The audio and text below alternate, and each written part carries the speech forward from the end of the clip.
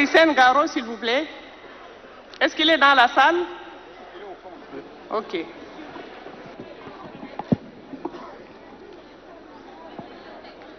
Merci, Madame la Présidente, Mesdames, Messieurs du Présidium, Mesdames, Messieurs du Forum. Je voudrais d'abord relever un aspect avant d'entrer dans le vif du sujet. Il y a eu des synthèses, mais on n'a pas demandé à la salle s'il faut les adopter ou non. Parce qu'il y avait des gens qui avaient quelque chose à dire. Malheureusement, on a fait du verre vite. C'est dommage. Cependant, je reviens sur l'aspect de la réforme judiciaire. Il y a sur le thème 5, et Madame, nous allons insister dessus, la CRIEF, ce n'est pas des individus de l'extérieur qui l'ont mise en place, c'est le forum. Pourquoi est-ce que le forum met en place une institution, le forum à partir duquel la 4e République est née? Il prend des décisions et on sort, après le forum, c'est d'autres choses qu'on crée. Le forum a dit de créer la cour de répression des infractions économiques et financières pour poursuivre les présidents des grandes institutions, les membres du gouvernement.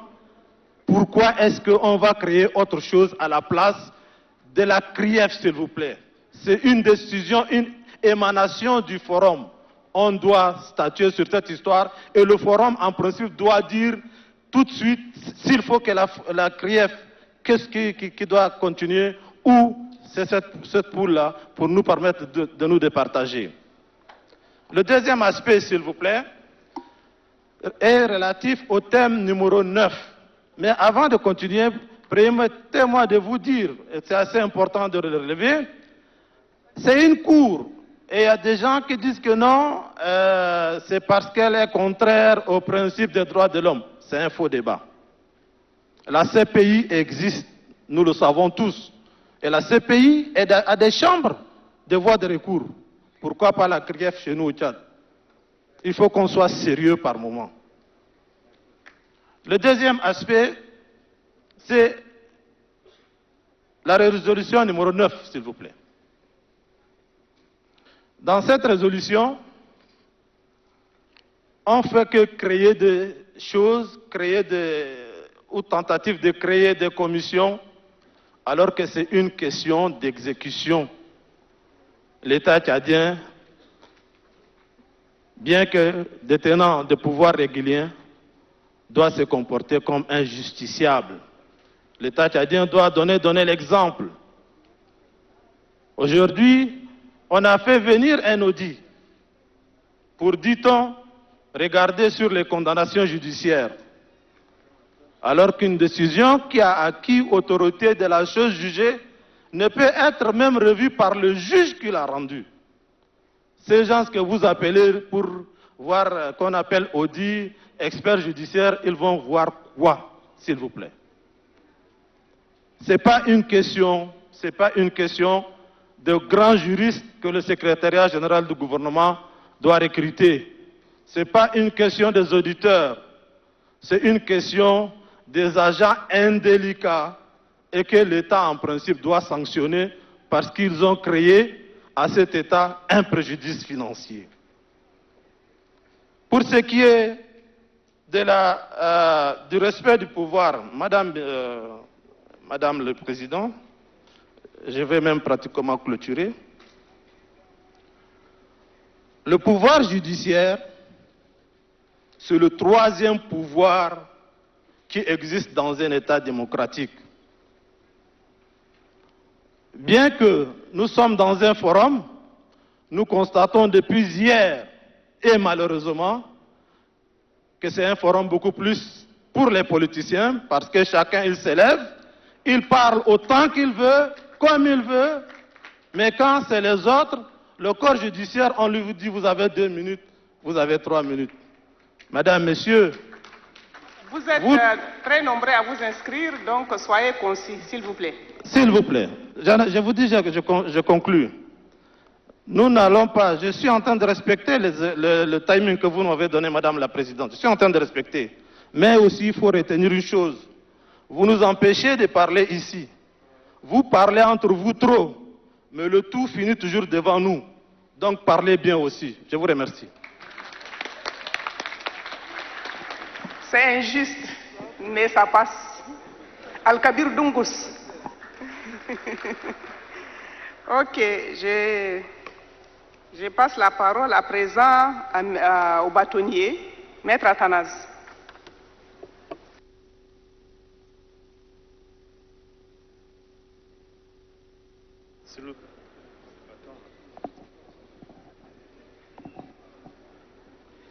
Merci Madame la Présidente, Mesdames et Messieurs les membres du Présidium. Je me réjouis d'avoir dans ce Présidium des magistrats de haut niveau. Je cite le président de la Cour suprême et le garde des Sceaux. Je me réjouis également d'avoir un confrère de haut niveau, très talentueux, dans ce Présidium et j'espère qu'ils prendront en compte nos préoccupations en ce qui concerne la réforme judiciaire. Nous passerons une éternité ici à développer ce thème. Mais en raison des contraintes du temps, je vais aller à l'essentiel. Maître Hissène Garou vous a déjà parlé du CRIEF. Nous avons assez de délinquants financiers dans ce pays et cela se traduit par le bas niveau du développement de cet État. La CRIEF mérite d'être créée et avec un aménagement interne au niveau des procédures, tant en première instance qu'en appel et en dernier ressort devant la Cour de cassation qui est la Cour suprême. Mais il faut doter ce CRIEF des ressources humaines et matérielles nécessaires. Ressources humaines, matérielles et financières, s'il faut le dire. Doter ce CRIEF de cadres compétents, formés et spécialisés. Créer un parquet financier, ça existe ailleurs. Pourquoi pas chez nous? Créer une structure de police judiciaire spécialisée en matière financière. Ça existe ailleurs, pourquoi pas chez nous? Parlant des professions libérales, des réformes ont été entreprises. Ces réformes sont en cours. J'ai vu dans les résolutions que la profession d'avocat est occultée. Je me réjouis de ce que la loi portant organisation de la fonction des notaires est déjà adoptée. Je me réjouis d'entendre ici que les huissiers ont la loi organisant leur corps est en cours d'adoption. Nous, au niveau du barreau, nous attendons depuis 2013 l'adoption de notre loi pour rendre efficace notre profession, pour rendre performant notre profession. Je le dis pourquoi? Parce que le mode d'admission actuel ne répond pas aux critères d'objectivité.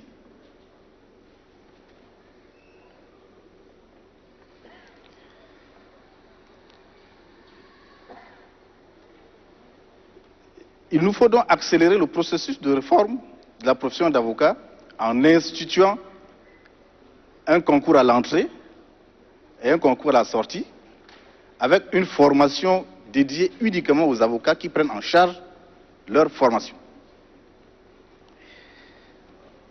S'agissant des magistrats qui sont formés à notre École nationale de formation judiciaire, et là, je m'en vais vous dire que même si l'idée était louable au départ, cette école nous a produit des monstres dans notre système judiciaire.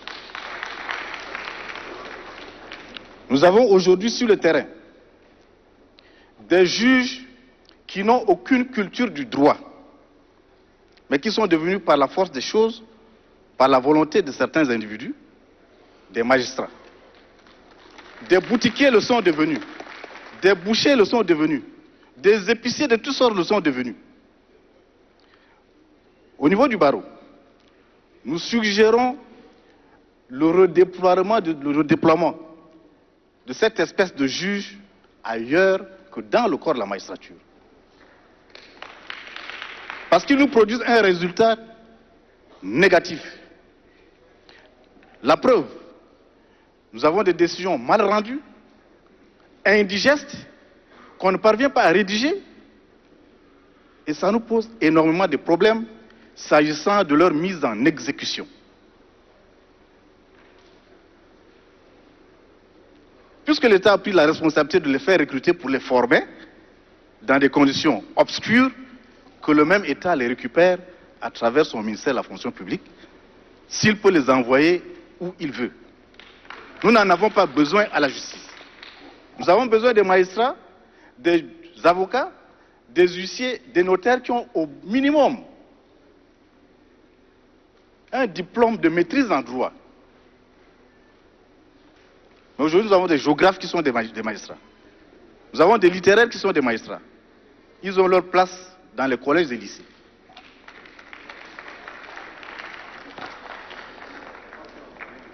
Pour terminer, Madame la Présidente, qui dit justice dit pouvoir. Et un pouvoir doit s'exercer pleinement. Pour ce faire, pour le plein exercice de ce pouvoir, les acteurs judiciaires doivent être dotés des moyens nécessaires. Doivent être dotés des moyens nécessaires. Vous avez juste à quelque part derrière ce bâtiment qui nous abrite le palais de justice. Mais c'est un hangar qu'on squatte qui tient le palais de justice. Et nous sommes une capitale d'État, la vitrine du pays vis-à-vis de l'extérieur. J'ai lu dans les résolutions les dispositions à prendre. Et au nombre de ces dispositions figure la construction d'un palais de justice digne de nom. Nous en avons besoin. Et dans ce palais de justice se trouvera logée la grieffe que nous voulons de tous nos cœurs. Il ne suffit pas simplement de construire un palais de justice en N'Djamena. Il a été créé une flopée de juridictions de grande instance, de tribunaux de grande instance et de cours d'appel à travers le pays. J'ai dans mon téléphone des images d'installation des magistrats à Moïsala. C'est sous un manguier qu'ils ont été installés. Un pouvoir ne s'exerce pas sous un arbre. S'agissant surtout de la magistrature. Donc voilà, Madame la Présidente, résumé de manière ramassée nos préoccupations en ce qui concerne la réforme de la justice. Je ne sais pas si j'ai oublié Beaucoup, Maître points. Athanase. La parole est maintenant à Maître Djomia.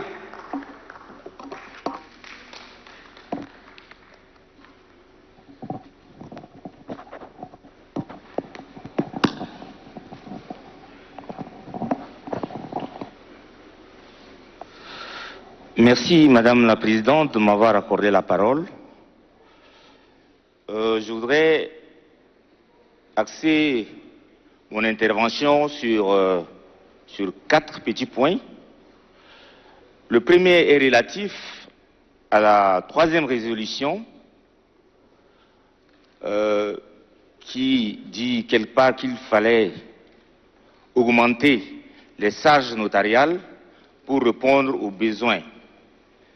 Alors, pour augmenter une charge notariale, il faut tenir compte de certains critères qui relèvent de la démographie.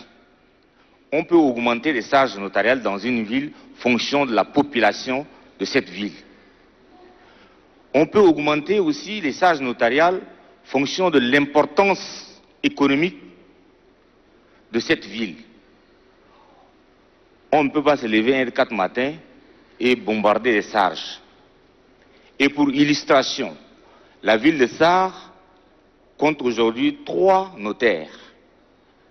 Les 3 notaires se plaignent tous les jours et demandent à revenir à N'Djamena parce qu'ils n'arrivent pas à supporter ne serait-ce que leur sage fixe. Aujourd'hui, on en a créé 10. Je ne sais pas qu'est-ce qu'ils feront. Parce que quand on crée trop de notaires dans une ville, on va vers la clochardisation de la profession. Quand il n'y aura pas d'activité, ils ne seront pas à l'abri du faux. Et quand un notaire fait du faux, il induit tout le monde en erreur. Ça crée un dysfonctionnement. Parce qu'un acte de notaire est en principe un acte qui fait foi. Quand le juge voit un acte de notaire, il ne se pose plus de questions. Alors que s'il y a des notaires qui font du faux, je crois qu'ils vont induire le juge en erreur, ils vont induire les services fonciers en erreur.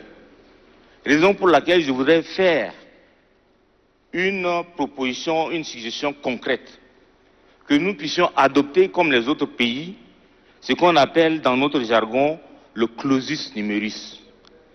C'est simplement un ratio de notaires par habitant.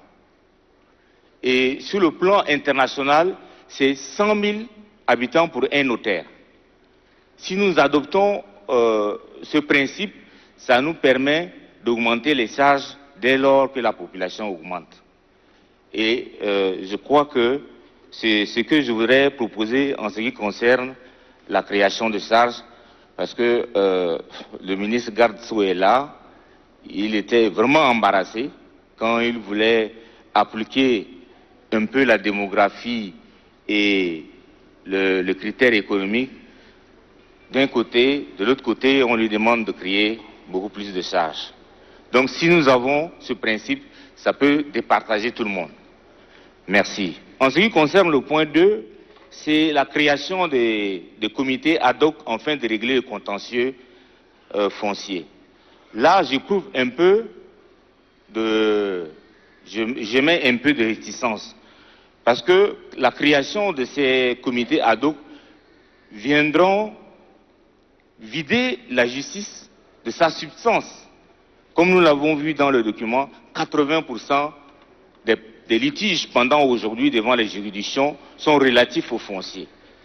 Et si on enlève ces 80% de litiges à la justice, je crois que les juges n'auront plus rien à faire. Les avocats n'auront plus rien à faire. Et est-ce que il faut créer ces comités ad hoc dans tous les départements, dans toutes les sous-préfectures? Est-ce que nous avons les moyens de le faire? Est-ce que nous avons les compétences pour le faire?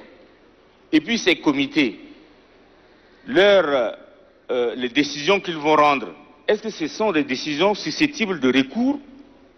Je ne sais pas. Parce que en justice, quand vous perdez devant la cour, devant le tribunal, vous pouvez interjeter appel. Si vous perdez en appel, vous pouvez vous pourvoir en cassation devant le conseil, la Cour suprême. La Cour suprême peut casser et renvoyer à une autre cour d'appel, ainsi de suite. Mais est-ce que ces comités, leur décision est une décision définitive ou c'est une décision qui va être susceptible de recours? Le troisième point, c'est par rapport au code de la famille. Nous utilisons jusqu'à là le code de la famille. En matière de famille et de personnes, nous utilisons le code civil français. Dans sa version de 1958, c'est un code qui est désuet. Et c'est un code qui ne rime pas avec nos réalités socioculturelles. Et c'est ce que nous utilisons. Nous, les praticiens du droit, éprouvons tellement de difficultés pour pouvoir appliquer les dispositions de ce code aujourd'hui. Par exemple, au Tchad, nous admettons la polygamie, alors que ce code est fait pour la monogamie. Et quand nous devons maintenant liquider une succession, liquider une communauté matrimoniale, nous avons des difficultés. Quand vous avez 2, 3, 4 femmes qui arrivent au foyer à des moments différents et qu'il faut liquider la communauté, ça devient vraiment de casse-tête pour nous. Donc, vivement que Il faut vous l'Assemblée... résumer, s'il vous plaît, parce qu'on n'a pas beaucoup de temps. Merci, madame. Je vais me résumer alors. Donc, vivement, je souhaite que le code de la famille puisse être adopté. Le dernier point, c'est le code foncier. Je crois que les litiges qui sont aujourd'hui pendant devant les juridictions dont on parle, si nous avons ce code, ça peut nous permettre de les résorber. Et les banques sont là, elles sont prêtes à accorder des crédits aux porteurs de projets, mais il est difficile d'avoir un titre foncier aujourd'hui. Donc voilà, madame, les 4 points que je voudrais soumettre à l'appréciation du Présidium. Je vous remercie. Merci infiniment. Maître Domia, je passe la parole à Maître Enoch.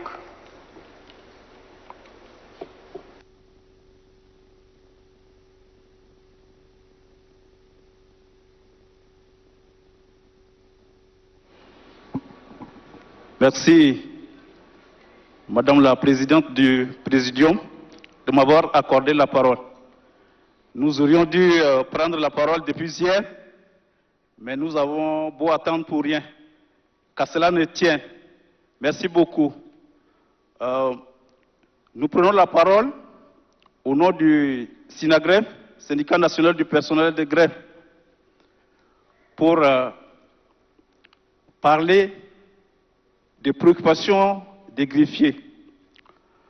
Nous voudrions vous rappeler et rappeler à l'attention de toute l'Assemblée que la justice est rendue au nom du peuple. La justice est rendue au nom du peuple. Mais on constate que lorsque la justice est rendue, l'exécution des décisions judiciaires pose problème. C'est ça le goulot d'étranglement au niveau de la justice. Les États généraux de la justice se sont tenus en 2003, ont recommandé à ce que les conditions des acteurs judiciaires soient améliorées, mais jusqu'à là, elles ne le sont pas. Surtout les acteurs principaux qui sont des fonctionnaires de l'État, à savoir les magistrats et les greffiers. Tout à l'heure, le bâtonnier l'a relevé. Nous avons des magistrats et des greffiers qui n'ont pas de bureau, qui ne savent où rester pour travailler. Et ce n'est pas honorable. Nous disons que c'est le pouvoir judiciaire. Et il faut que ceux qui animent ce pouvoir-là soient dans des conditions acceptables. Mais cela n'est pas le cas. La Constitution dit aussi que le pouvoir judiciaire est exercé au Tchad par la Cour suprême, les cours d'appel, la haute cour militaire, les tribunaux et les justices de paix. Les États généraux de la justice de 2003 ont recommandé la suppression des juges de paix. Au Tchad, tous les juges de paix sont reversés dans le corps de la magistrature. Alors que les justices de paix existent. Ce n'est pas normal, il faut harmoniser cela. Certains magistrats qui sont formés, deux fois, on les affecte encore dans des justices de paix. Et il faut revoir cet aspect. Ce qui est intéressant, c'est de revoir les conditions de travail du personnel judiciaire d'une manière générale. Et les fonctionnaires surtout, les fonctionnaires de la justice qui souffrent beaucoup plus. Les magistrats et les greffiers. Chaque fois, il est dit, lorsqu'il y a des rencontres, il est dit, il faut améliorer les conditions de ces gens, mais pratiquement, on ne le fait pas. je vous rappelle encore que là où se trouve le palais de justice, c'est un bâtiment qui a été construit pour le collège de contrôle et de ressources pétrolières. Jusque-là, à N'Djamena, il n'y a pas de palais de justice digne de ce nom. Il faut que le forum pense à cela pour que la justice ait son palais de justice digne de son nom. Il est question aussi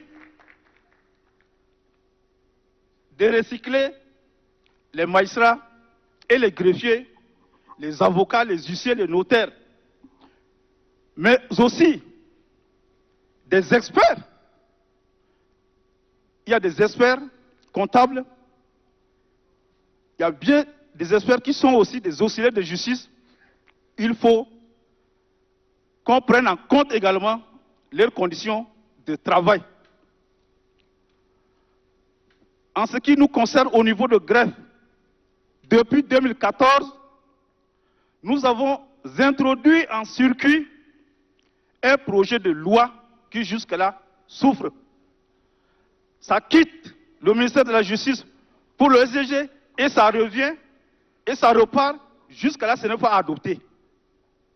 Qu'est-ce qui est à l'origine de cela? Madame la présidente du Présidium, c'est vous-même qui êtes la ministre secrétaire générale du gouvernement. Est-ce que ce texte ne vous est pas parvenu? Tout dernièrement, on nous a fait comprendre que le texte est reparti au ministère de la Justice pour la réactualisation. Mais de quelle réactualisation s'agit-il? Nous voudrions élever à travers ce projet de texte le niveau des greffiers.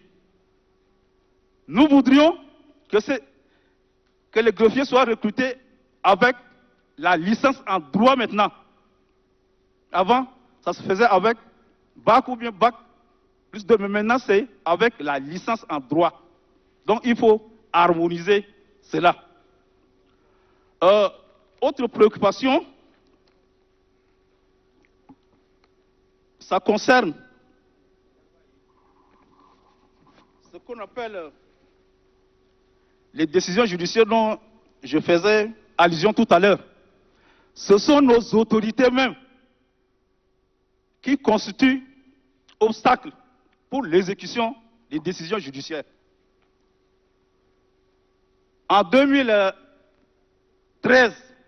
il y avait beaucoup d'agents qui travaillaient à l'Assemblée nationale qui avaient été licenciés pour motif de faux diplôme. La justice a pris une décision.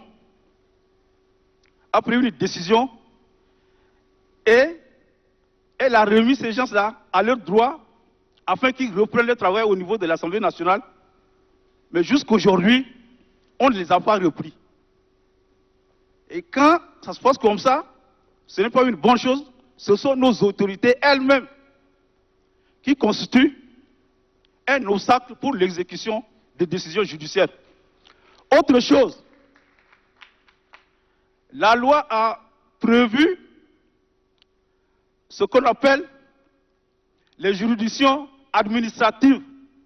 Mais jusqu'à présent, au niveau du tribunal ou bien au niveau des tribunaux, cette juridiction administrative ne fonctionne pas sur le fond, en ce sens qu'il n'y a pas jusqu'à présent ce qu'on appelle le recrutement des commissaires à la loi. Pourtant, le Tchad dispose de beaucoup de juristes, mais il n'y a pas de commissaires à la loi prévus par la loi qui doivent être affectés dans les juridictions pour que la loi 13 fonctionne. Et c'est dommage. Il faut voir cela. Parce que jusqu'à présent, lorsque, en matière administrative, le tribunal, il statue, c'est en référé, mais pas sur le fond. Donc, il serait judicieux, il serait nécessaire qu'on puisse pallier à ce problème de commissaires à la loi. Pour finir, je voudrais faire une proposition tendant à Vous avez créer eu presque 10 minutes, hein, à puisque le créer micro a été coupé ici. un Résumez-vous, s'il vous plaît. double ordre de juridiction. Il faut avoir ordre judiciaire à part et ordre administratif à part également. Cela éviterait Il faut conclure. certains amalgames qui s'observent. Pour me résumer, madame, je Non, dis il faut conclure. ce qui est important. Vous avez eu presque 10 minutes parce que le micro Ce qui est été coupé important ici. et ce qui nous intéresse à la justice, c'est de mettre des moyens adéquats et appropriés Il faut qu'il coupe le micro. à la disposition des acteurs judiciaires pour qu'ils fassent normalement le travail comme au niveau des pouvoirs exécutifs et législatifs. Je vous remercie. Merci. Merci, Maître Enoch. Tout à l'heure, quand vous avez dit qu'on vous a refusé la parole, vous n'avez pas dit tout à fait la vérité, parce que c'est vous-même qui nous avez envoyé un écrit ici pour dire que vous préférez intervenir sur les thèmes 5. Donc, il ne faut pas raconter des histoires pour divertir les gens. OK. Donc, maintenant, nous avons vraiment presque une centaine de demandes. Donc, je vais, pour chaque... Quand ceux qui nous ont fait parvenir leur demande de parole, j'ai pu mettre par corps. Mais là, maintenant, ceux qui sont arrivés après, c'est en vrac. Donc, je ne peux même pas organiser ça. Mais déjà, avec ce qui est arrivé, je vais donner la parole à 3 personnes, chaque fois 3 personnes, et je passe aux suivantes. Donc, en ce qui concerne l'Assemblée nationale, je passe la parole à 3 personnes, Ali Kolotou, Élise Loum et Aïmadji Opportune, et puis on passe au suivant. Suivant corps. Monsieur Ali Kolotou, vous avez la parole.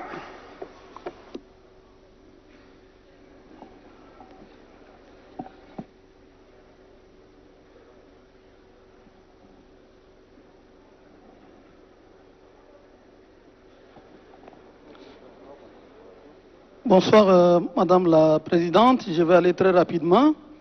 Aujourd'hui, je prends la parole sur le sujet de la promotion des femmes et de jeunes. Promotion de femmes et de jeunes, je vais faire des propositions très rapidement. Je préfère que des regroupements ou des associations qui s'appellent aujourd'hui CONAF ou CONAF pour les femmes, CONAGE pour les jeunes. Je voudrais CNCJ alors, qui regroupe tous les jeunes. De toutes les façons, votre organisation dans laquelle vous allez vous retrouver tous. Je propose que ces 2 associations et structures doivent être transformées à des structures administratives indépendantes pérennes pour que l'État ait la possibilité de subventionner les 2 structures qui concernent les femmes et les jeunes. J'aimerais que des résolutions doivent être prises par les participants. En ce qui concerne les montages de projets ou élaboration de projets qui sont toujours montés par les jeunes et qui sont toujours rejetés, qui quelque part on dit que les projets ne sont pas bancables.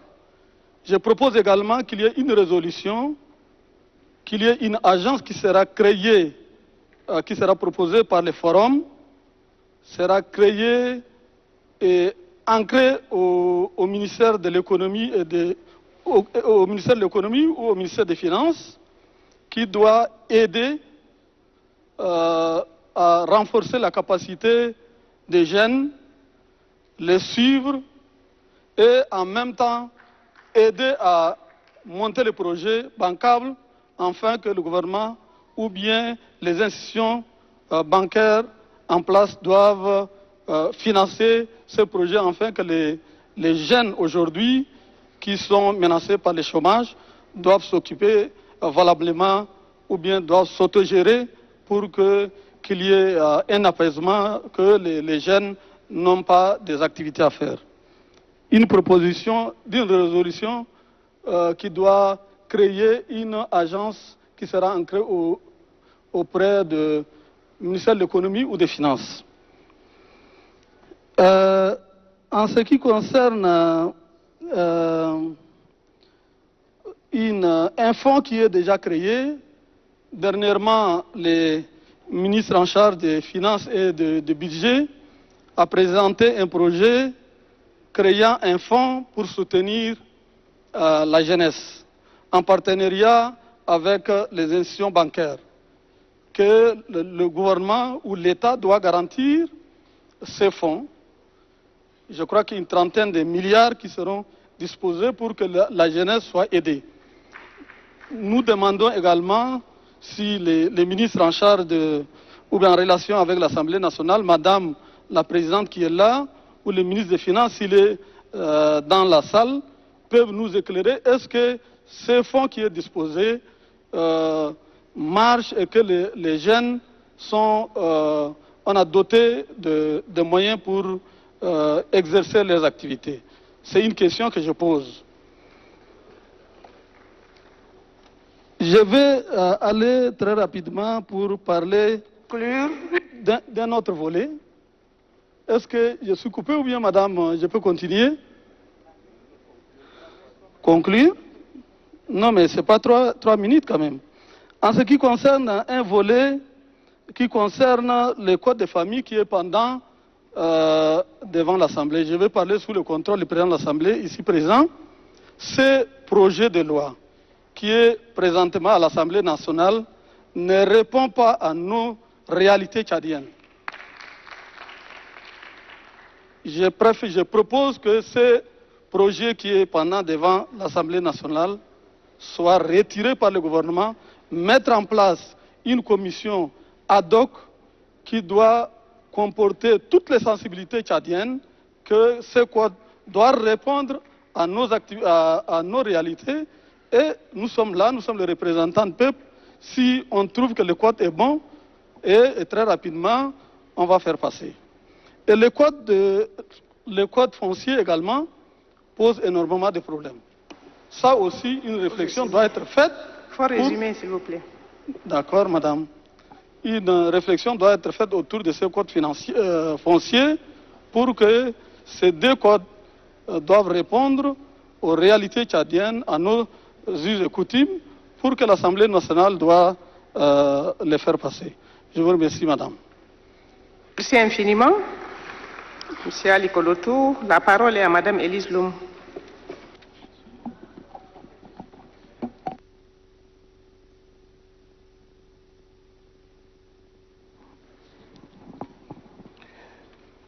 Merci Madame la Présidente. Mon intervention va s'articuler autour des questions de la femme, de la jeunesse et des personnes en situation d'handicap. S'agissant de la situation des femmes, je tiens à nous rappeler que le combat des femmes pour leur émancipation, leur intégration et leur promotion ne date pas d'aujourd'hui. Je ne voudrais pas soulever ici l'éternelle problématique d'égalité homme-femme, car d'aucuns seraient certainement allergiques, mais pourtant les problèmes des femmes sont des questions de société, sont des questions humanitaires, sont des questions de survie et de développement. Ceci étant, Madame la Présidente, au vu de l'état de mise en œuvre de la résolution 1 sur la thématique 5, sur la matérialisation des lois en faveur de la femme, et je rappelle ici l'ordonnance 12, la loi organique 46, oui, l'ordonnance 12, et c'est le lieu de saluer encore notre champion, le maréchal du Tchad, pour avoir pris, après le premier forum, la toute première résolution par rapport à cette ordonnance. Aujourd'hui, nous reconnaissons qu'il y a quelques avancées assez fortes. L'accès des femmes à certains postes de décision et la présence des femmes en ce moment en salle. Nous ne constituons pas le 10e, mais nous constituons 5% de la plénière ici. Nous savons, Madame la Présidente, qu'il il y a eu beaucoup de regroupements féminins qui ont évolué et qui ont fait leurs expériences. Je voudrais parler de la cellule de liaison des associations féminines CELIAF, UAFAT, Union des femmes arabophones, le réseau des femmes ministres et parlementaires, l'AFJT, l'association des femmes juristes, l'Union internationale des femmes musulmanes. Toutes ces organisations ont milité. Et beaucoup de ces organisations sont également membres du CONAF. Vous comprendrez que le CONAF aujourd'hui, même s'il n'a que 5 ans d'âge, a beaucoup fait. Et c'est une plateforme des femmes leaders. À cet effet, j'interviens pour soutenir la disposition de la résolution 4 qui exige l'ancrage institutionnel du CONAF.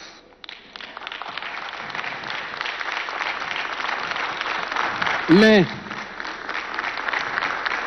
je suggère également que lors de cette institutionnalisation, qu'une revue des attributions et des missions du CONAF soit faite. Parce que cela a été fait à la va-vite en 2015 et qu'une concertation très élargie soit organisée pour que des objectifs assignés à cette plateforme soient revus. Je voudrais également, par rapport aux dispositions de cette résolution, féliciter le gouvernement pour la mise en place du comité d'élaboration du plan d'action national de la résolution 1325. Je n'ai pas le temps d'expliquer ce que c'est que la résolution 1325, mais tout le monde en entend parler aujourd'hui. Et de la réflexion sur la programmation de la campagne de vulgarisation de la politique nationale genre. S'agissant de la jeunesse, à mon âge, si je parle des jeunes, j'étais très contente d'apprendre que l'âge requis pour la candidature à la présidentielle ou bien pour d'autres élections passe à 35 ans, il était proposé à 35 et 40 ans. Mon fils est né à 40 ans aujourd'hui et je crois que je suis la mère de la jeunesse qui est là. Et pour certains d'entre nous, nous sommes leurs parents. Ce n'est pas une compétition, les enfants. Oui, je suis leur maman. Et le sort des femmes et des jeunes est toujours lié. J'ai entendu quelqu'un ce matin dire, parce qu'on a accordé 30% aux femmes, il faut également accorder 30% aux jeunes. Je dis que ce n'est pas une compétition, on peut aller doucement. Nous, on a l'autre 30%, on va donner peut-être 15 à 20% à nos enfants pour voir comment ils vont nous suivre. Vous nous suivez pas à pas.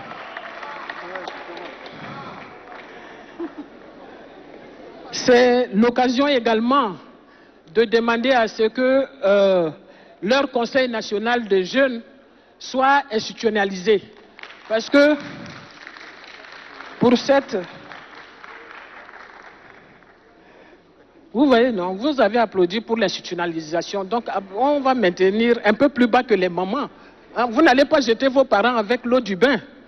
Donc, s'agissant des personnes vivant avec un handicap, je crois que le rapport lui consacre les résolutions 18 et 19. Mais Madame la Présidente, je crois que nous devons accorder une attention particulière en rapport avec les conditions de vie des personnes handicapées. J'ai eu le privilège d'être ministre de l'Action sociale et j'avais une direction, mais j'avais du mal à cerner un peu les contours de cette direction au sein du ministère, vaguement comme ça. C'est de l'assistance alimentaire qui se faisait. Mais aujourd'hui, il faudrait qu'on se dise que chacun de nous ici est potentiellement handicapé. Vous voyez, hier, il y a un médecin en sortant d'ici qui a fait un faux pas. On est venu la chercher. Aujourd'hui, nous avons appris que c'est une fissure du tibia qu'elle a eue. Un médecin. Donc, facilement, on devient personne handicapée. On ne sait pas quand est-ce qu'on devient handicapé. Et c'est à nous de nous interpeller sur le sort de ces personnes qui sont peut-être nées avec un handicap ou bien qui deviennent handicapées. Donc, voilà, mais ce que je souhaiterais... Il faut conclure, Madame Loum. Oui, je conclue. Par rapport au code de la famille, c'est gênant de ne pas interpeller, mais de réagir après la proposition faite par mon président du groupe, de demander au gouvernement de retirer le code. Non. Ma suggestion serait de demander à l'Assemblée nationale de mettre en place une commission spéciale pour la relecture simple au sein de l'Assemblée. Ça fait plus de 10 ans que nous parlons du Code de la famille. Validation de lecture, d'amendement, on ne sait pas où est-ce que nous sommes. Le dossier est maintenant en ce moment au niveau de l'Assemblée et ce serait une bonne chose de mettre en place un comité ad hoc pour revoir ce code au lieu de le renvoyer encore au gouvernement. Cela prendra énormément de temps. Donc maintenant, il faudrait, par rapport à ce que quelqu'un a dit, nous fonctionnons sur un code étranger. Pourquoi nous avons du mal à repenser, à revoir notre propre code dans notre propre pays, avec nos réalités? Je vous remercie, Madame la Présidente. Merci beaucoup, Madame Loumélise. La parole est à Aïmadji Opportune, député Aïmadji Opportune.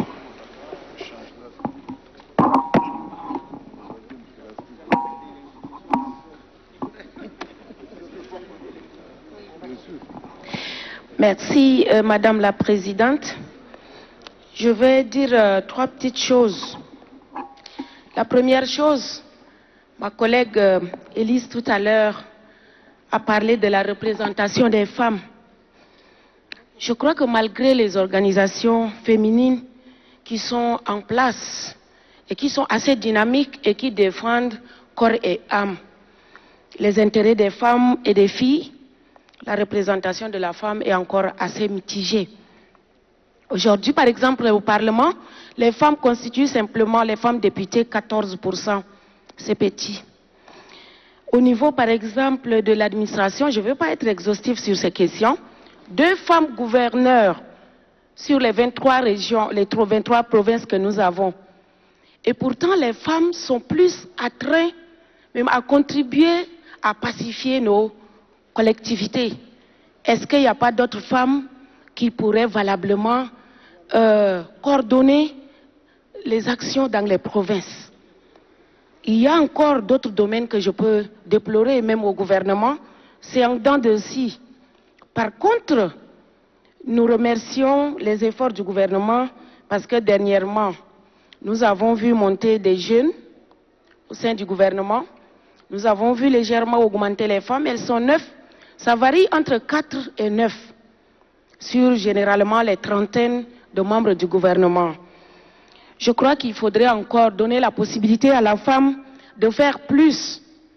La chanson a commencé par les 30% et qui sont même freinés parce que je ris toujours quand je lis un point ici, créer une loi et qui formalise les 30% en attendant la parité. Mais la parité, elle est partie où on va l'attendre encore là. Parité, il suffit que nous la décidions. Et comme il y a une loi sur la parité déjà adoptée au sein de l'Assemblée nationale, il faut y aller. Il faut y aller et ça va marcher. Les femmes sont très bosseuses, très volontaristes, très déterminées. Voilà. Un autre point que je vais aborder, Madame la Présidente saura bien de quoi je vais parler.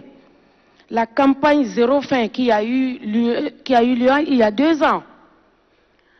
La première dame était marraine, il y a eu des missions qui étaient envoyées dans quelques provinces et le travail devait être fait selon les termes de référence avec les chefs traditionnels qui sont de très bonne volonté, qui ont accordé des terres aux femmes, aux organisations féminines en milieu rural.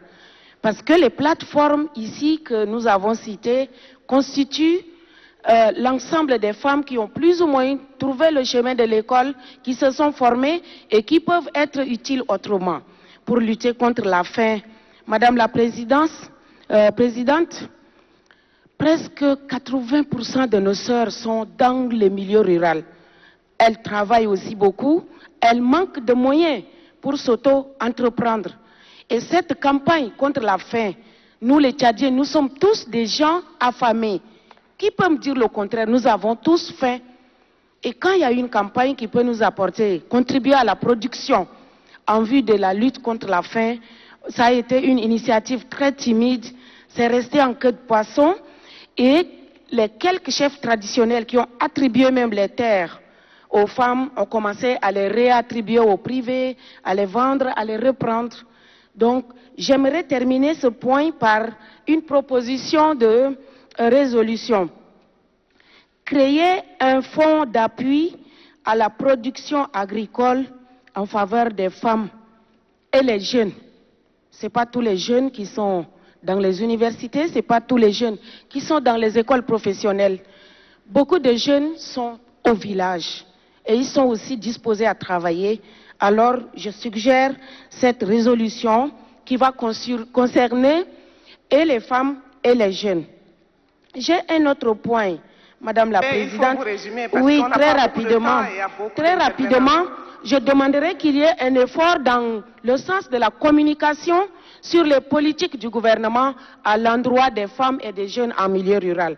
Beaucoup ne savent pas les décisions qui sont prises en leur faveur et quand et ça va se passer, comment tout ça. Alors, il faut des initiatives pour vulgariser les politiques de l'État en faveur de cette population-là. Je termine donc avec la recrudescence des violences faites aux femmes.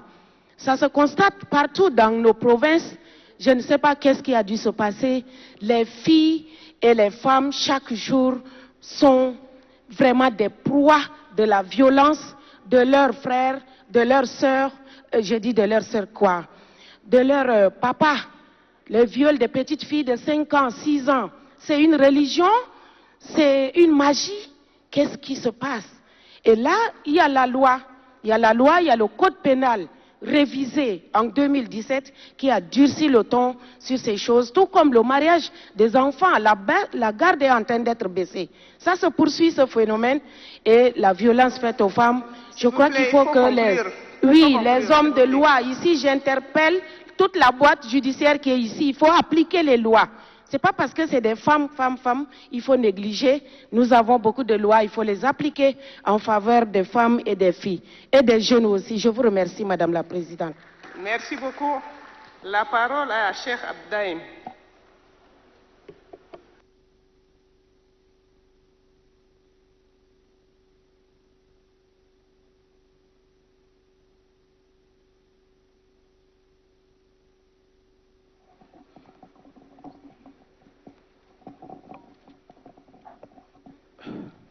شكرا سيدة رئيسة الجلسة.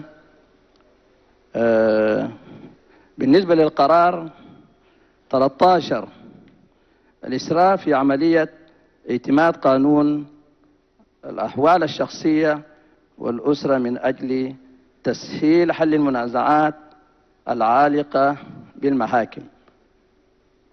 الكود de la famille من ولده كميت. ولد ميت لماذا؟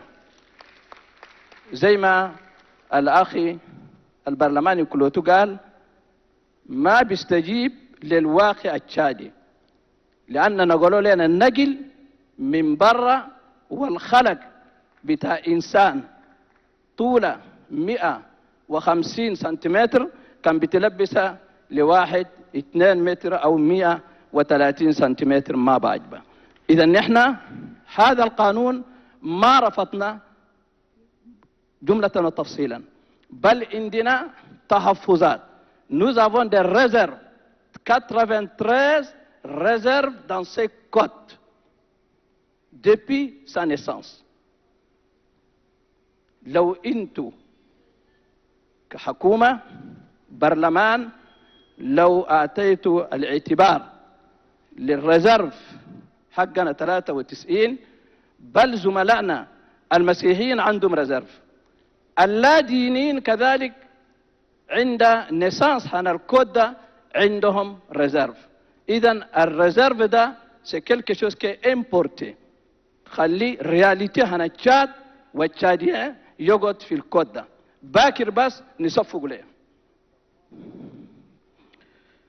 اذا هذا القانون زي ما واحد قاضي قال من 58 بتاع قضاء بتاع شاتنا الجستيز ده لابد من يعدل.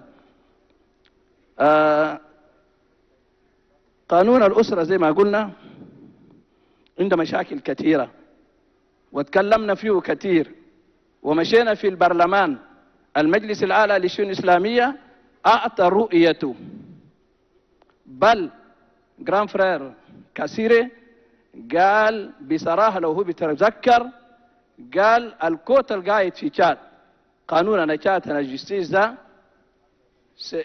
c'est un code chrétien. Donc, il a fait en 2016 quand on était avec le défunt, le président du Conseil supérieur des affaires islamiques, Cheikh Hussein Hassan Abakar. إذن نحن لابد من نحترم العقائد التقاليد هنتشاديين سواء مسلمين أو مسيحيين أو غير لا دينيين. بعد كده الكود ده بيمشي وبيمشي، وإلا الكود بهذه الصورة ما يمشي منه إلا 100 سنة كل ما يمشي في هذه الصورة الموجودة.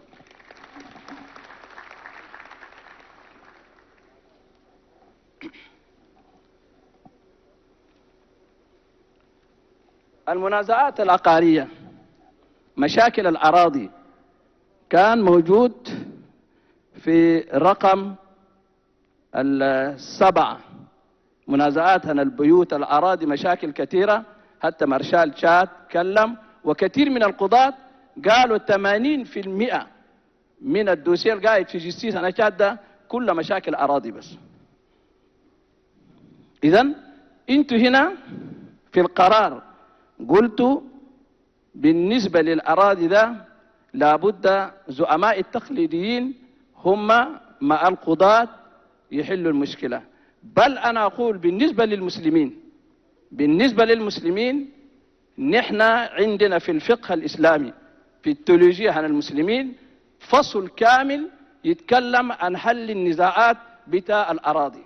إذن لابد يشرك رجال الدين في هذا الموضوع، وإلا المشكلة ما تنتهي. يا هم السلاطين القاعدين معانا، الشيوخ، الملوك، بدون رجال الدين جنبهم ما يقدروا يحلوا مشكلة. في بعض الأمور ده لابد يضطروا ينادوا رجل الدين عشان يدي رأي الديني. إذن تشاد ناس عندهم إيمان بربهم، والمسلمين عندهم كتابهم. لابد أن حقوقنا بالنسبة في القضاء.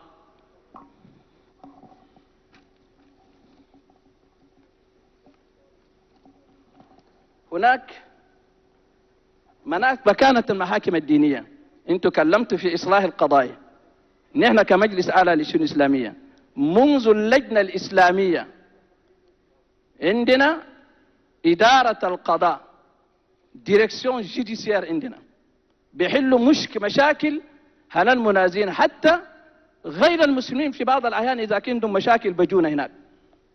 وحتى السوا ترانسمي هنا البروكيرير، هنا البوليس، هنا البريغات بودوهم نحلوا هذه المشاكل. لكن المشكلة وين؟ نحن إذا كان واحد جانا عنده مشكلة، الطرفين أول حاجة يوقعوا هل ترضى ولا ما ترضى بنرضى. لكن بعد ما يحلوا المشكلة بجي في المحاكم، وبعدين يستأنف القضية بسي أبيل، والقضية بتقعد 10 سنة 15 سنة. ونحن لو أحصينا القضايا اللي نحن نحلها عبر مجالسنا في تشاد يمكن نقول لكم في الشهر بنحل قريب 1000 مشكلة. لكن ممكن أنا أقول جستيس أنا تشاد في السنة ما بيحل 1000 مشكلة. إذا نحن نساعدوكم في حل المشاكل. لابد أن تنتون مكانتنا. انتوا بتسموهم أسيسير ساكت، أسيسير لا، دير رجال الدين يحفظ التيولوجيا عن الإسلام. لابد تنتم مكانتهم. ما داير منكم ريال، قاعدين بخدموا بينيفولا. لكن إذا كان عملوا قضية لابد من هذه القضية تحترم. مشكلة دي خلينا نحلها بين إدارتنا القضائية وبين منستير عن الجستيس في تشاد. وأنا بتذكر زمان حسين هبري كان في مشكلة حصلت مع بعض المشايخ، نينا نحلوا المشاكل وهم يحلوا مشاكل، وناس الجستيس بيحلوها ببدوها جديد. المشكلة حصلت وين؟ قال لهم إذا كان زول الحكومة في الزمن ده قال إذا كان الزول مسلم مشى ورضي بالشريعة ووقع انتم ما لماكم كان جالوكم سووا شغلكم. لكن ما الشيء المسلمين يمشوا ويحلوا مشكلتهم وانتم تستأنفوها. ونحن عندنا إدارة بيسموها الإفتاء. إذا كان عندنا مشكلة هناك ما حلوها وفيها منازعة والزول انظلم بجينا هناك في هيئة الإفتاء. هيئة الإفتاء هي بتراجع كوم ان كور دابل. عندنا بالنسبة للدية. بالنسبة للدية ناس ما تقولوا تعويض مدني وتخلوا شيء بسيط كده، لا، ده زول بقتل إنسان، إنسان كامل بزحق روحه، لكن انتوا هنا بتقولوا ده تعويض مدني ومشاكل كده. عشان كده ده بيشجع الناس بقتلوا. شيخنا لازم تنقص الكلام شوية. خلاص مشكلة ما في. بالنسبة لي يمكن كل الأمور نحن بنرجع وخلاصة بنقوله الكود اللي انتوا بتقولوا هسه يسرعوا عشان يطبقوه، ومع احترامي لأخواتي مدام لوم وغيرهم وناس الياف بنقول في أشياء انتوا كل ما بترضوها قاعدة في ليه، لابد تديكورتيكي الكود ده تعرفوا فوق شنو قبل بعد تقولوا نصفقوا للكود. pour la violence faite aux femmes نحن بندين كل فيولانس وبنسعى إلى حل المشاكل، والإسلام أعطى المرأة حقها والقانون الشادي كذلك، ونحن بنقول ما أخواتنا وما أمهاتنا وما بناتنا إن شاء الله ما ينظلموا. وشكرا.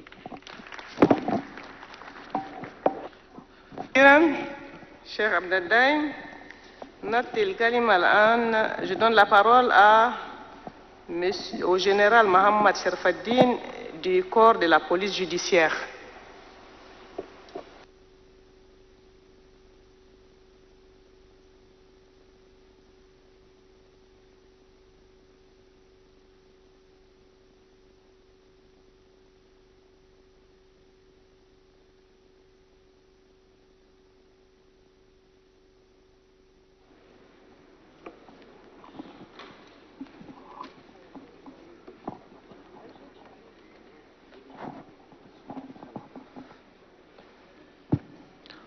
Merci Madame la Présidente.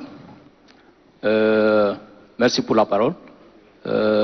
Du moment où le mot revient à la police nationale, je laisserai la parole à ma collègue Esther pour livrer le mot au nom de la police. Merci.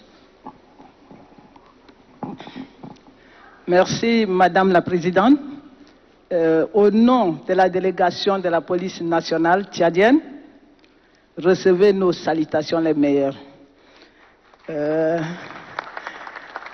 Vous savez, les policiers sont galants, hein? C'est pour ça qu'ils m'ont donné la parole, parce que genre oblige.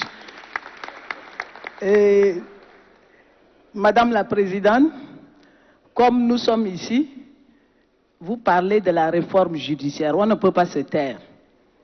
Parce que à travers les missions de la police judiciaire, la police nationale intervient beaucoup dans les missions attribuées à la justice. Et parmi les missions essentielles de la police nationale, nous avons 3. La police judiciaire est au cœur de nos missions parce que c'est la répression de la délinquance. On ne peut pas prévenir et puis après on ne réprime pas. Et c'est une très grande mission que la police est en train de conduire sur le terrain. Mais malheureusement, nous sommes surpris parce que notre structure a subi une modification sans que les services concernés ne soient consultés.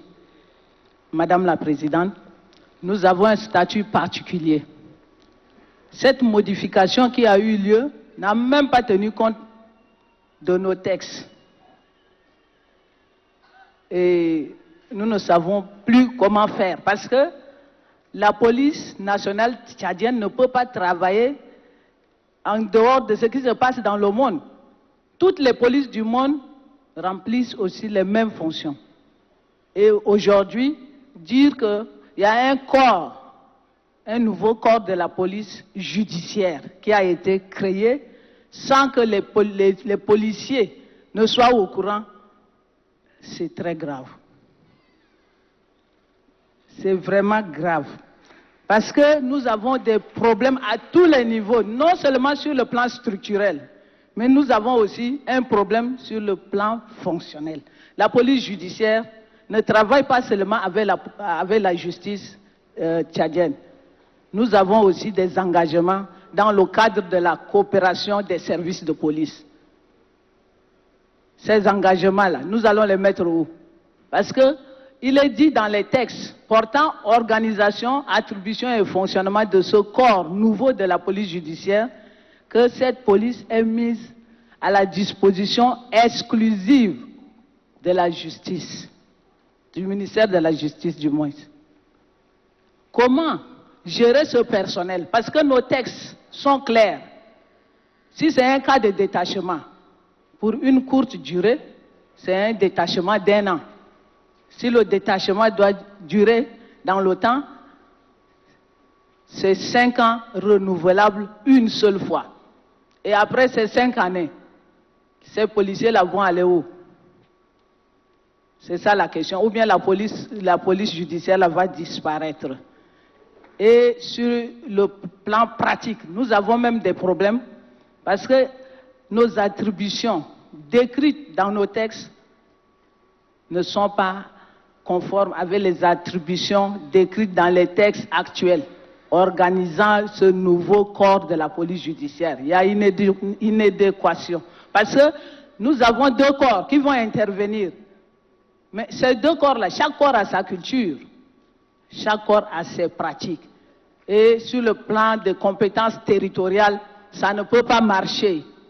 Et nous sommes là aujourd'hui pour parler, pour que tout le monde nous écoute.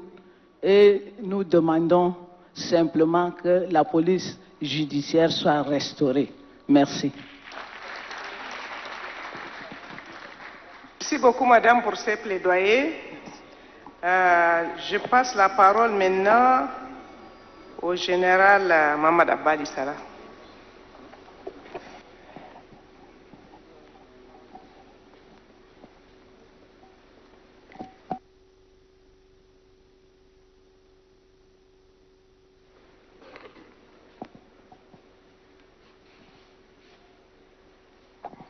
Merci, madame. Pour précision, je n'interviens pas en tant que ministre ni général, mais j'interviens en tant que jeune et participant. Merci. Merci, madame la présidente. Tout d'abord, je voudrais profiter du micro pour féliciter le comité d'organisation, tous les membres du comité d'organisation à la tête, ma collègue Lissi, et aussi à vous, les membres du Présidium, pour, je vais dire doublement, pour votre désignation et aussi pour les travaux qui sont maintenant, je pense que c'est un succès. Donc, madame, je voudrais partager avec le Présidium et aussi avec l'assistance, les participants, une préoccupation d'ordre général concerne le thème 6 qui parle de la femme et de la jeunesse. Et je vais commencer par remercier le gouvernement et à la tête le maréchal du Tchad pour tous les privilèges et toutes les actions qui contribuent à la jeunesse. En général, je vais parler des femmes et des jeunes. Depuis ces temps, que ce soit dans le cadre administratif, social, nous avons constaté, comme beaucoup l'ont dit, beaucoup d'avancées dans ce sens.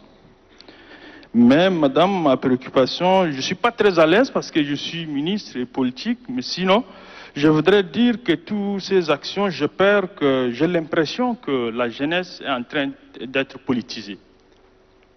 Je donne l'exemple. Aujourd'hui, regardez l'emploi de la jeune, en fait l'emploi de la jeunesse. Nous savons tous que ce n'est pas la fonction publique qui peut régler l'affaire de l'emploi de la jeunesse. Je reconnais, nous reconnaissons tous, et nous, comme j'ai dit tout à l'heure, nous en tant que jeunes, nous remercions pour un nombre important de recrutements à la fonction publique. Mais je voudrais dire que la jeunesse est très large, et même dans les grands pays, ce n'est pas la fonction publique à régler le problème de l'emploi. Donc, je suggère que le gouvernement qui qui est chargé d'encadrer et d'orienter la jeunesse, oriente vers les partenariats, les autres activités comme dans tous les autres pays. Et je disais tout à l'heure, il y a des pays qui ont arrêté depuis 20 ans, 10 ans, le recrutement dans leur pays. C'est-à-dire des grands pays, ça fait 10 ans, 15 ans qu'on ne recrute jamais à la fonction publique. Et vous prenez, j'ai donné l'exemple de l'emploi, vous prenez aussi les réseaux sociaux aujourd'hui. C'est devenu un phénomène. Tout le monde est intéressé à la politique. Vous lancez un thème qui concerne d'actualité ou expertise ou ingénierie ou l'électricité, tu vas trouver peu de gens qui vont intéresser, mais quand vous jetez un thème qui concerne la politique, c'est toute la jeunesse qui interviennent, qui tweetent. Ça veut dire que la jeunesse est intéressée plus à la politique qu'autre chose.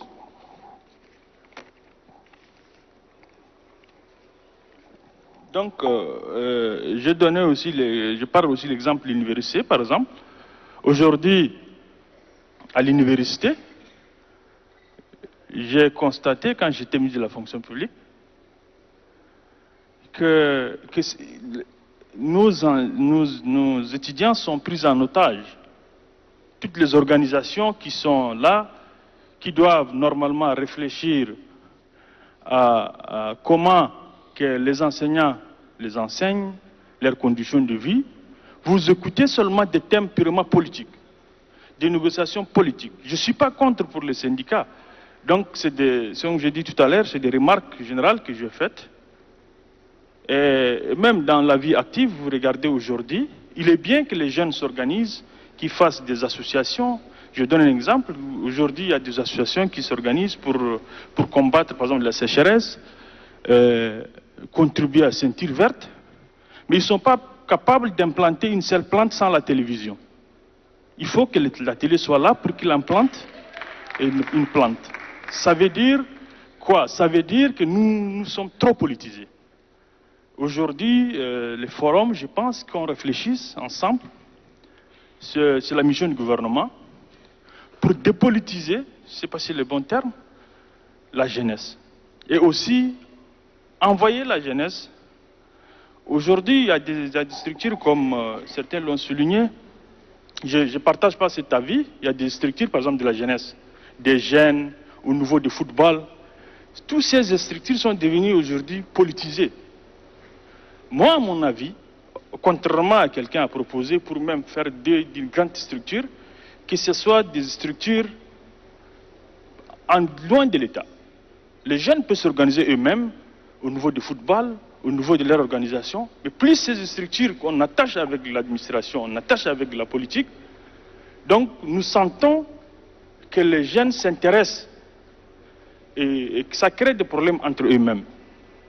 Donc vous comprenez avec moi, madame, mes interventions, ça veut dire qu'on regarde au fond, nous avons une jeunesse très forte, très grande, donc, et ce n'est pas l'administration, ce n'est pas les quelques postes de ministres, ce n'est pas les quelques postes de DG qui règlent le problème de la jeunesse.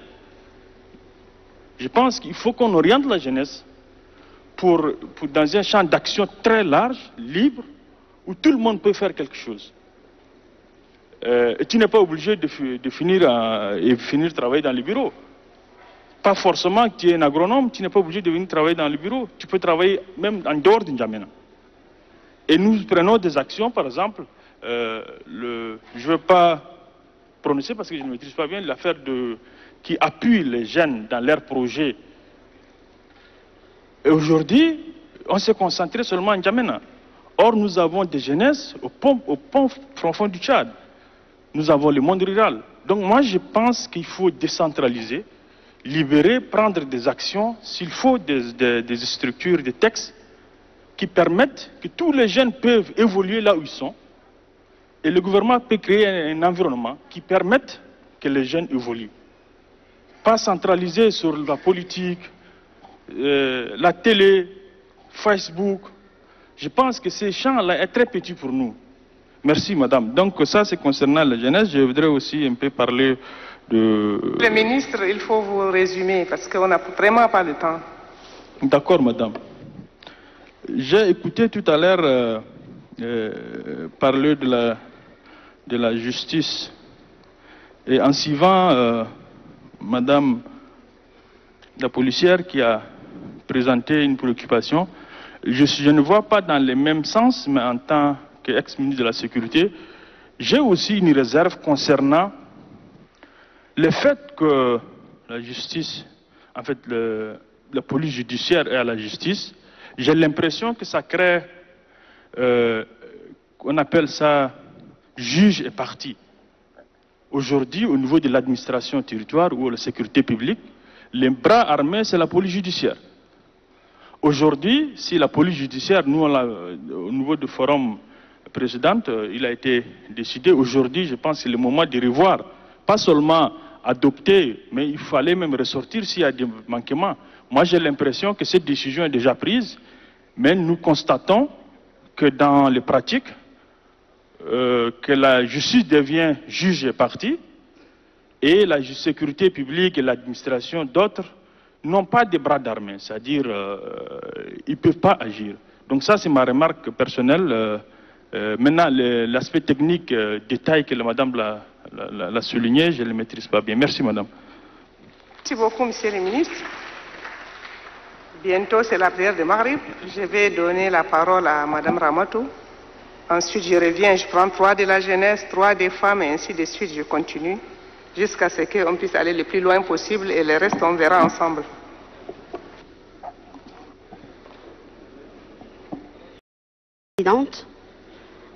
Pour les efforts et tout le travail que vous êtes en train de faire depuis hier, c'est pas facile.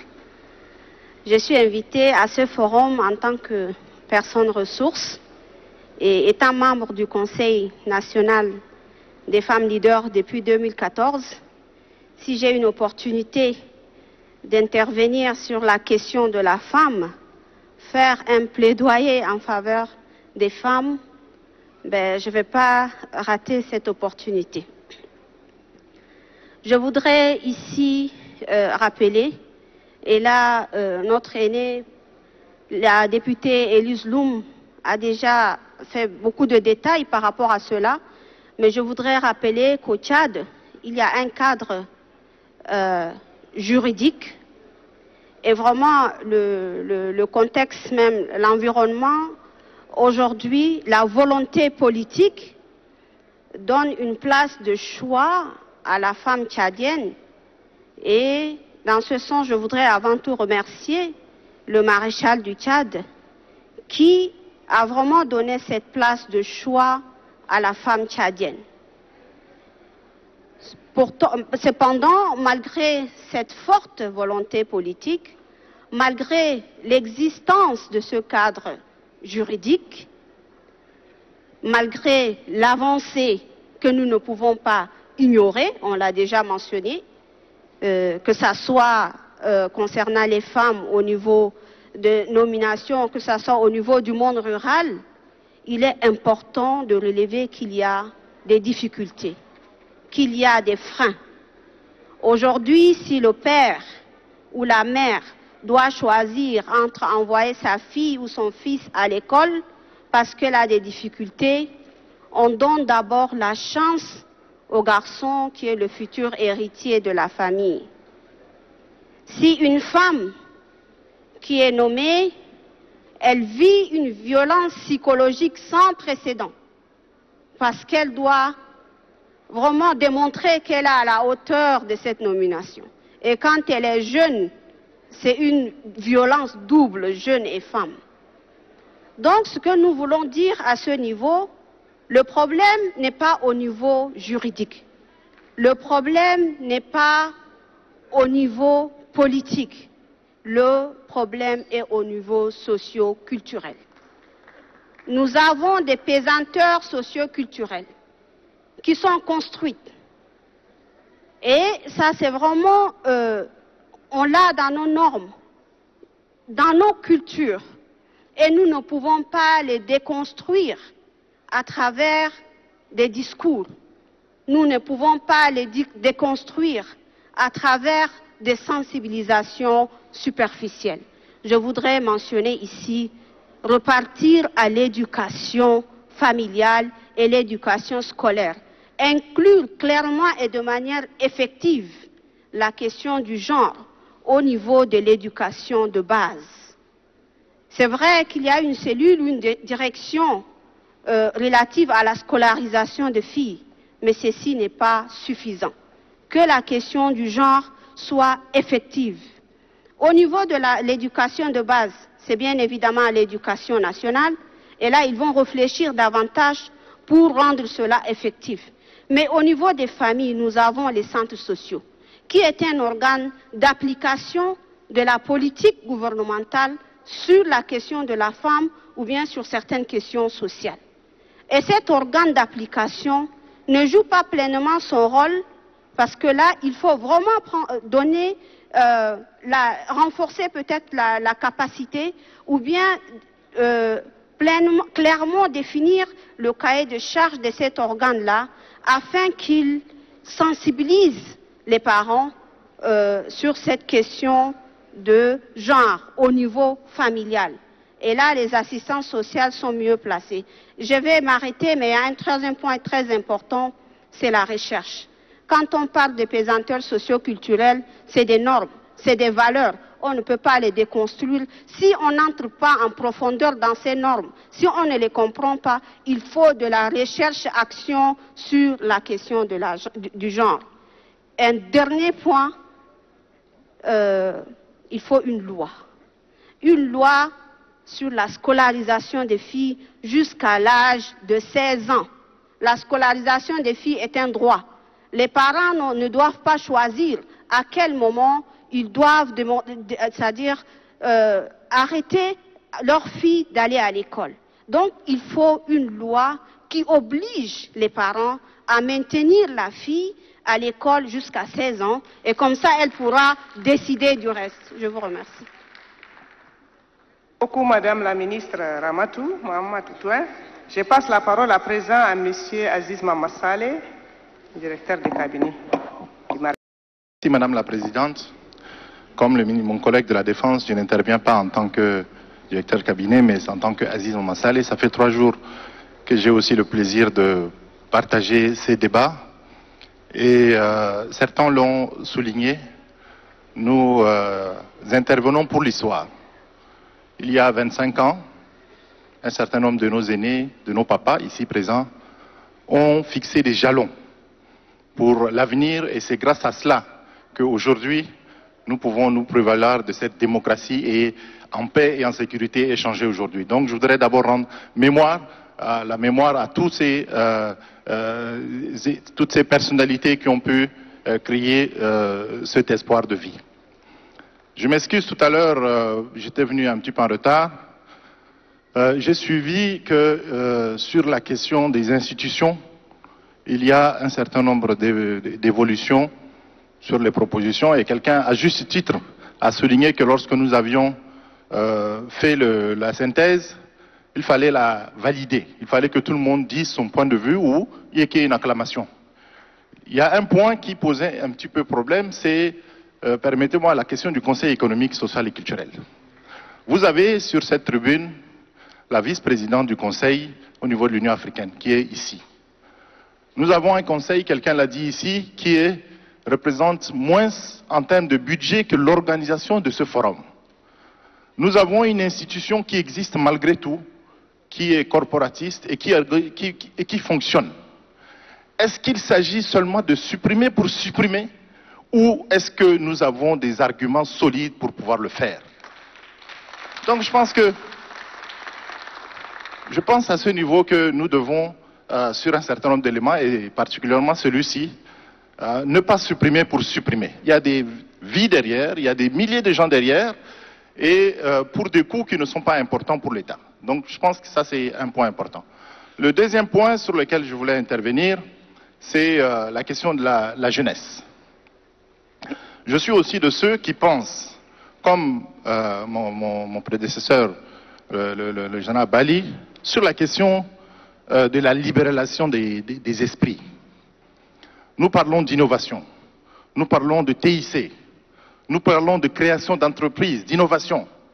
Mais en même temps, nous revenons toujours pour des institutions. Pourquoi institutionnaliser la jeunesse?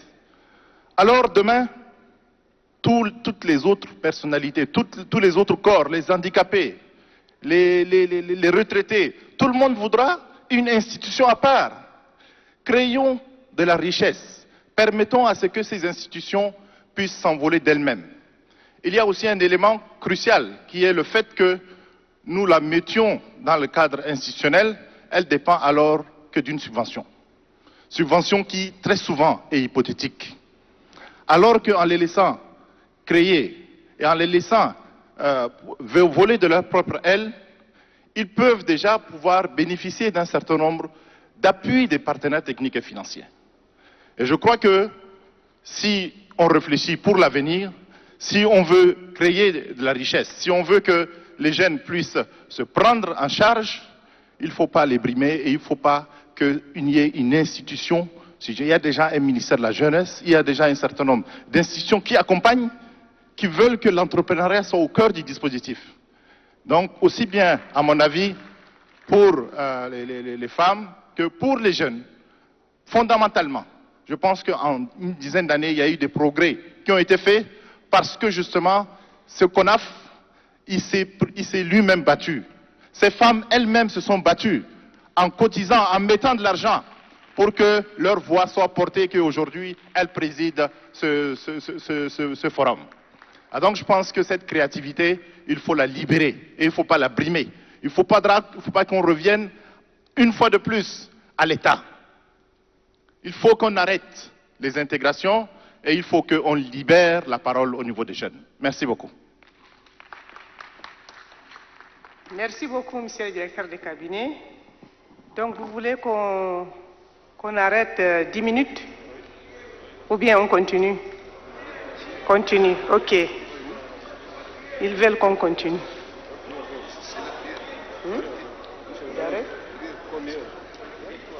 On va faire comme hier, on va arrêter 10 minutes pour permettre à certains d'honorer leurs obligations religieuses. Donc à 18h10, on reprend. Merci.